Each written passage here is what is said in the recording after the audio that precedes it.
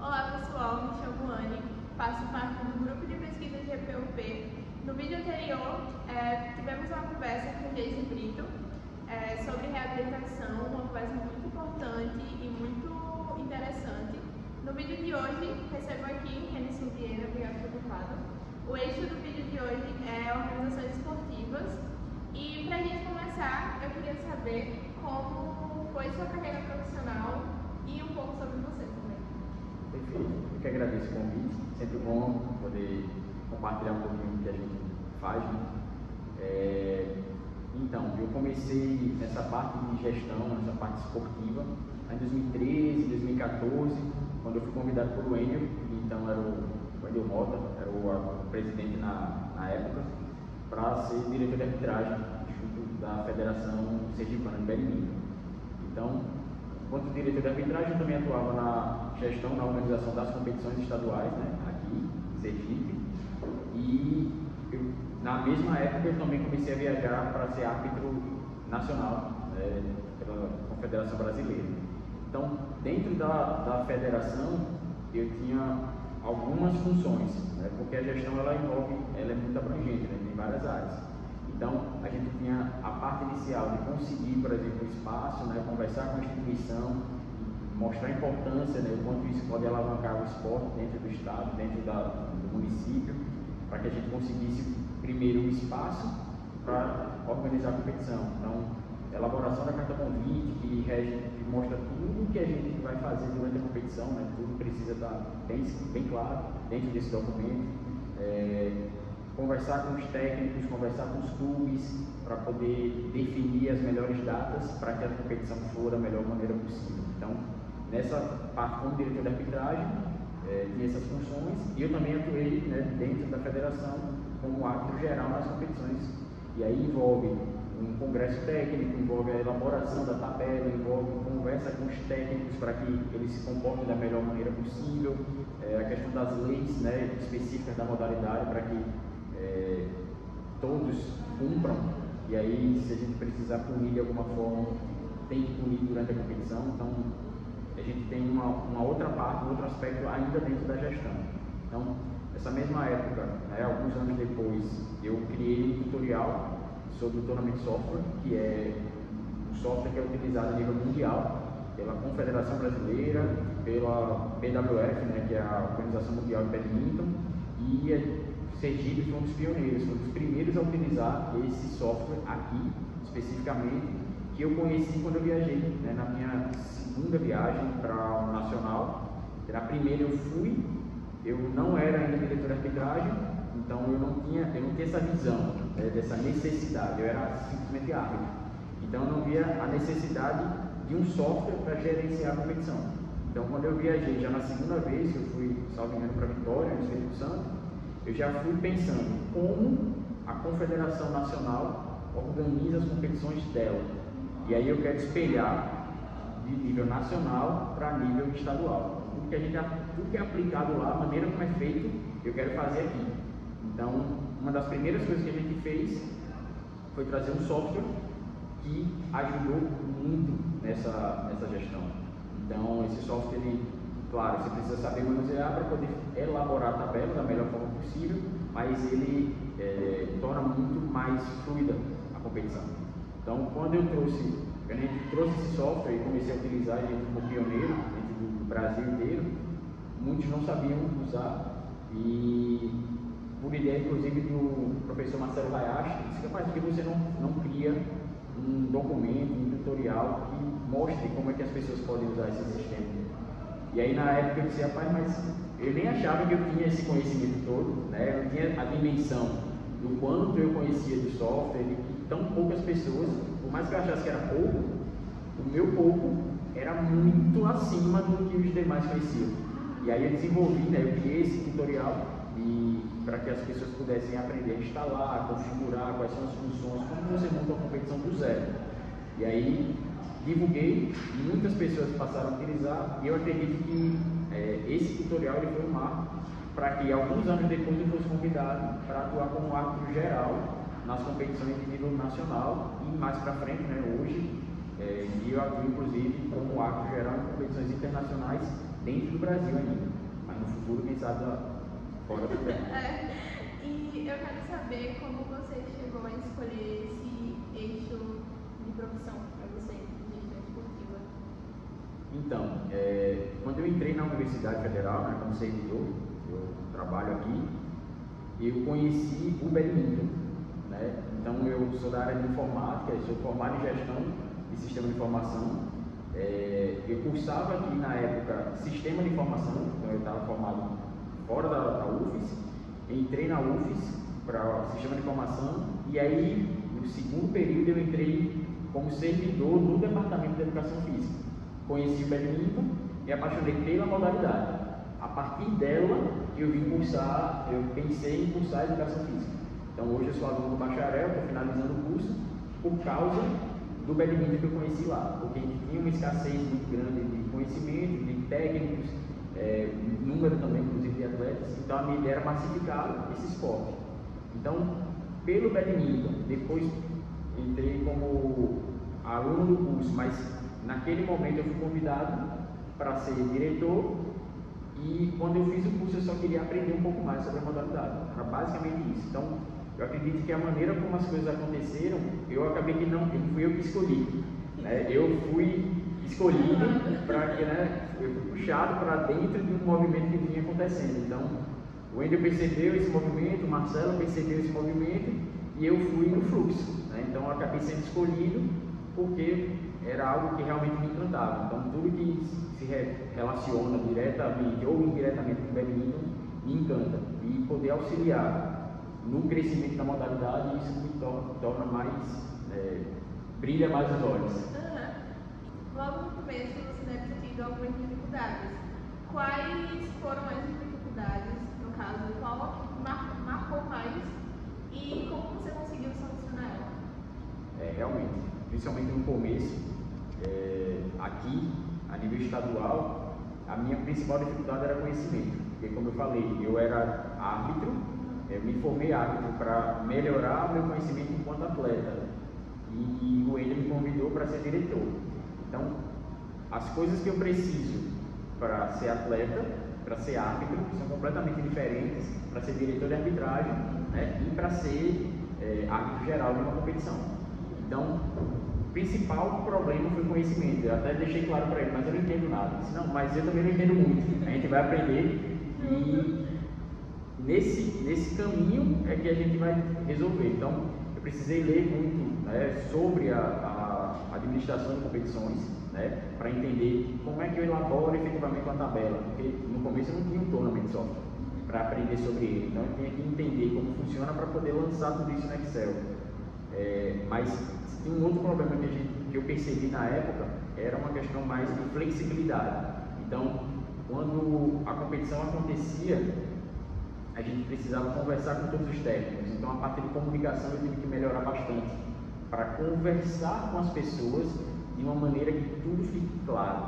É muito importante essa clareza no momento que você conversa com elas, porque se você dá uma informação que ficou um pouco nebulosa, ele entende de uma maneira diferente do que você quer, isso vai refletir de forma negativa lá na frente.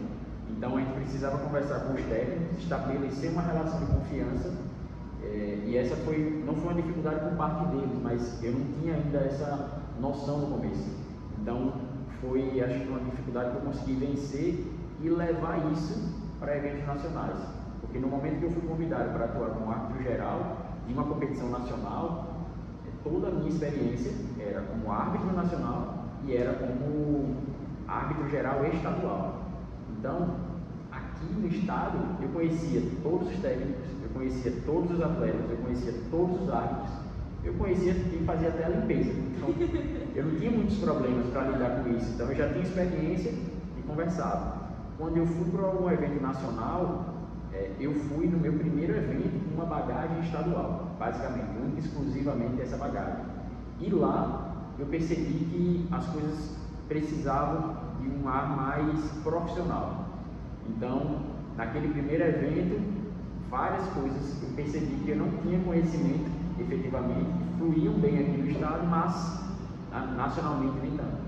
Então, eu tive a ajuda de várias pessoas lá naquele momento, usei, peguei essa experiência para mim, mas eu percebi uma nova lacuna de conhecimento. E aí foi quando eu conheci, né, os sites da BWF, fui em busca de material, fui em busca de pessoas mais capacitadas para conseguir sugar esse conhecimento, aprender para aplicar e tornar esse próximo evento, né, uma nova oportunidade, uma postura mais profissional e efetivamente um conhecimento pautado em algo mais sólido. Então eu não estava mais falando porque Anne me disse que é assim. Não, eu estou falando porque no documento consta a informação que deve ser feito dessa maneira.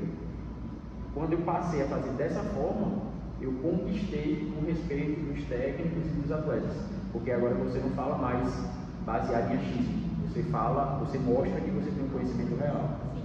Você falou muito que no estadual e tudo mais, sua bagagem veio dali, mas tem algum evento esportivo que foi você que fez toda a gestão, foi você que organizou tudo, que marcou muito na sua carreira? Então, a nível estadual, basicamente quem organizava tudo, era eu e o Enio, quando eu entrei enquanto diretor de arbitragem. Então, eu e o Enio juntos éramos a federação, basicamente. Então, a maioria dos eventos me marcaram, mas eu acho que o que mais marcou foi o meu primeiro evento escolar, porque houve uma mudança da maneira como as coisas aconteciam. Então, a gente tinha uma quantidade de jogos X no estadual e isso triplicou no meu primeiro evento escolar. Nesse evento também mudou a maneira como do sistema de competição. Então a gente tinha jogos de 3 games que tem uma duração e aí a gente mudou para um game só. Então a gente precisava fazer com que as coisas fluíssem cada vez mais rápido. Então as súmulas que chegam a cada 10, 15 minutos passaram a chegar em 5. Então isso sobrecarregou a mesa e eu estava sozinho, porque no estadual você resolve com esse tempo é suficiente para receber a súmula, lançar o resultado, fazer o anúncio, colocar o jogo em quadra e resolver algum problema que porventura venha acontecer. Nesse escolar não. O tempo era muito raso, era muito pouco para a gente conseguir fazer tudo. Então eu precisei, por exemplo, trazer um árbitro para a mesa para poder me auxiliar, resolver muito mais problemas em quadra. E nesse evento específico eu lembro que foi a primeira vez que eu tive que ir em quadra para conversar com os técnicos, porque era uma semifinal, se não me engano, e o clima estava muito quente do jogo. Então era um jogo que foi para 3 games, os técnicos estavam basicamente de pé, gritando, reclamando com o árbitro, então as coisas se esquentaram. Então eu tive que ir lá, conversar com os técnicos, principalmente com um na época, e eu vi a possibilidade, pela primeira vez na minha carreira, de precisar expulsar alguém. E isso ia ser realmente um marco na história do badminton, porque nunca houve essa necessidade, né? Ninguém nunca foi expulso, nem no nacional alguém tinha sido expulso. Então realmente aquilo me marcou mais, e até hoje eu lembro e cito como exemplo. Então acho que foi um momento diferente na minha carreira ali. Eu queria saber quais foram os impactos positivos que você testemunhou como resultado do seu trabalho, tanto para a gestão esportiva como um todo, ou até mesmo para uma pessoa que você conheceu dentro dessa gestão, que a partir da sua organização impactou na vida dela também. Ah, não, perfeito. Assim, os impactos, eles foram muito grandes na minha vida na época. Então, agradeço muito, né, por ter vindo para cá, ter conhecido o badminton. Isso foi uma mudança real. Eu tive muitas oportunidades por conta do badminton. Então, eu comecei aqui no estado, mas como eu falei, eu fiz o curso, um mês depois eu viajei para a minha primeira competição, que foi Porto Alegre. Eu nunca tinha nem andado de avião, então nunca viajei de avião. Então, foi para mim um marco naquela época. Hoje, acho que eu já viajei o Brasil inteiro, né? Muitas capitais eu conheço. Claro, em vários eventos eu conheço o hotel, o ginásio e o aeroporto, né? Tem eventos que são muito corridos e a gente não consegue conhecer como a gente queria. Mas eu fui agora, por exemplo, um evento internacional que foi em Foz do Iguaçu e eu atuei na mesa com um árbitro geral auxiliar, junto com um referee, né, um árbitro geral que era do Chile. Então eu tive a oportunidade de conhecer alguém que eu já conheci outros, mas tive a oportunidade de lidar com alguém que já tem uma experiência muito grande, bastante respeitada na área, conversar em outro idioma com várias pessoas, tem que conversar em espanhol, tem que conversar em inglês, tem que conversar na parte gestual, a comunicação, você percebe como ela tem que ser clara. Num evento desse tipo, a gente teve tempo para conhecer, então naquela época, nesse evento específico, pude ir ao Paraguai para comprar lá algumas coisas, pude ir na Argentina para poder provar alguma coisa, então uma parte cultural que foi muito interessante.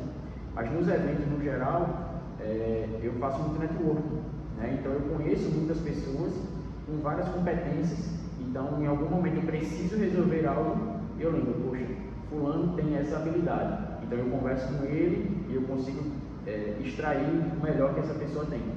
Então isso é um ponto muito importante dentro dessas viagens, além, claro, da experiência.